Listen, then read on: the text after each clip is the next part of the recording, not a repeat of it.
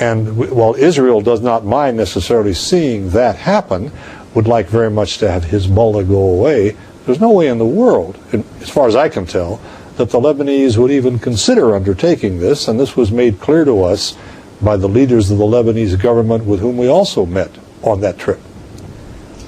Ambassador Peck, did you have any inkling when you met with Nasrallah after talking to him that something was imminent, that some kind of action was going to be taken? No, ma'am. Certainly not from that meeting, but those of us who have lived in and worked on that part of the world for a long time, well, for any length of time, recognize that eventually there's going to be some kind of an explosion, to use the phrase correctly, because the situations like that they're rumbling. They're like, semi-nascent volcanic eruptions. Something is going to happen, but certainly there was no indication at that moment that I detected, nor my colleagues either, that something like this was going to transpire. And it's worthwhile noticing, by the way, that what some people call the disproportionality of the Israeli reaction. If I could, I have a piece of paper here I would like to quote from, if I may, because this discussion comes up so many times. In 1985, when I was the deputy director of the Reagan White House Task Force on Terrorism, they asked us, this is a cabinet task force on terrorism, I was the deputy director of the working group, they asked us to come up with a definition of terrorism that could be used throughout the government. We produced about 6. In each and every case, they were rejected because careful reading would indicate that our own country had been involved in some of those activities. After the task force concluded its work, Congress got into it, and you can Google into U.S. Code Title 18, Section 2331, and read the U.S. definition of terrorism. And one of them in here says one of the terms international terrorism means activities that, I quote, appear to be intended to affect the conduct of a government by mass destruction, assassination, or kidnapping. Yes, well, certainly you can think of a number of countries that have been involved in such activities. Ours is one of them. Israel is another. And so the terrorist, of course, is in the eye of the beholder. And I think it's useful for people who discuss that phrase to remember that Israel was founded by terrorist organizations and terrorist leaders, Menachem Begin, who became statesmen and went on to win the Nobel Peace Prize.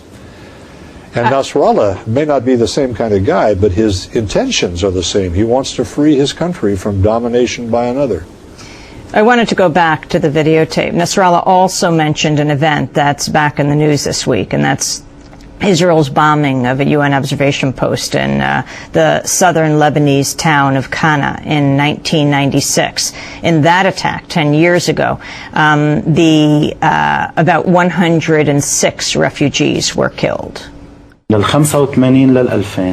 the years 1985 and the year 2000, we went on with the resistance.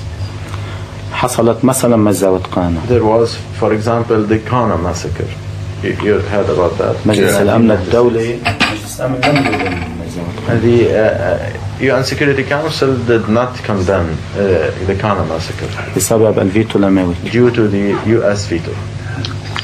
يعني المجتمع الدولي تجربتنا كلبنانيين المجتمع الدولي أنه لا يحمينا واحد. In other words, our experience with the international community, first, it does not protect us. يعني لا يمنع الاعتداءات الإسرائيلية على لبنان. Meaning it does not prevent Israeli aggressions on Lebanon. وبعد الاعتداء and even after the aggression takes place, هو لا يدين المعتدي. They do not even condemn the aggressor. بل يدين الضحية. On the contrary, they condemn the victim. ويعتبر أن من يدافع وهابيا. And regard those who defend themselves as terrorists. Hezbollah leader Hasan Nasrallah speaking with U.S. diplomats in February, among them Ambassador Edward Peck, who is the former deputy director of White House Task Force on Terrorism in the Reagan Administration, joining us in Washington.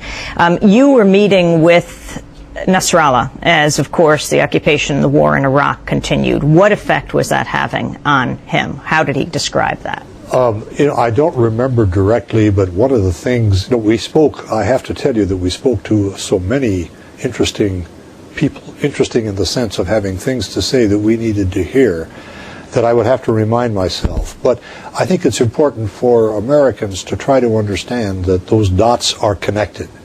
There is in the minds of the people in that part of the world, at the very minimum, a connection between Palestine, West Bank and Gaza, and Lebanon and Iraq and Afghanistan, and the threats against Syria and Iran.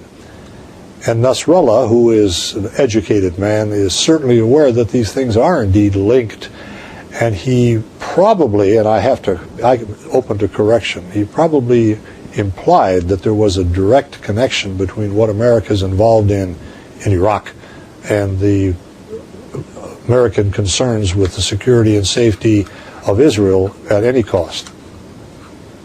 And in your opinion, as a veteran diplomat, what is the impact of these United States actions in the world at large, especially in the Arab world? How is our standing in the eyes of the Arab world developing in these, especially now in this latest Lebanon situation? Well, the latest situation is merely, further indications of the sorts of things that they had already come to believe. There are facts, and there are facts, and then there are perceptions, and perceptions are the only reality.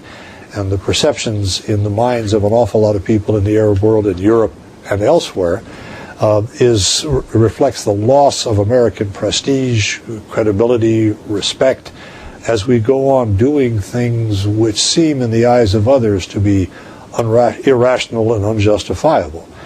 And now when we have stepped up and say, the first thing that you do in any struggle anywhere in the world is try to get a ceasefire so you can work on solving or trying to solve underlying problems. And when the United States says, no ceasefire, let's let them go on, bombing and killing, I think the damage to us is not only vital, I think it is going to have a lasting effect on our relations with the rest of the world, commercially, socially, culturally, in every way imaginable.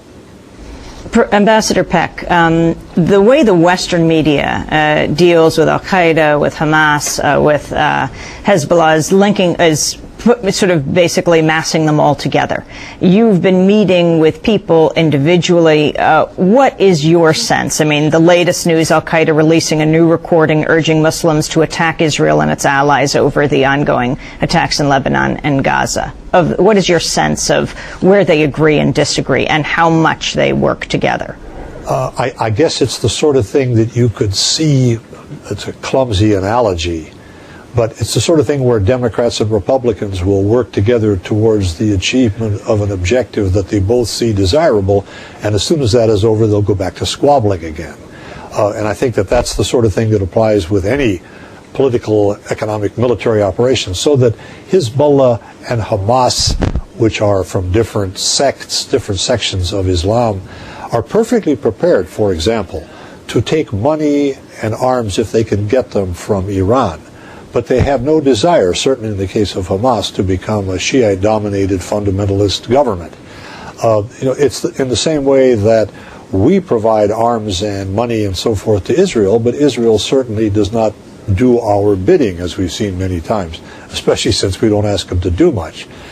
The linkage of America with Israel with this perceived war on Islam is, to me, deeply concerning, because history has shown that you can build tremendous pressures of that kind, especially in societies which tend to be less developed than our own, which tend to be less well educated than our own in many cases, and which become, they're more traditional than we are, and you can generate an awful lot of anger and resentment, which we have succeeded in doing. Ambassador Peck, I want to thank you very much for being with us, former ambassador to Mauritania. Sorry to talk so long. No, thank you very much for speaking with us from Washington, former White House Task Force Deputy Director on Terrorism in the Reagan Administration. This is Democracy Now!, democracynow.org. We'll be back in a minute.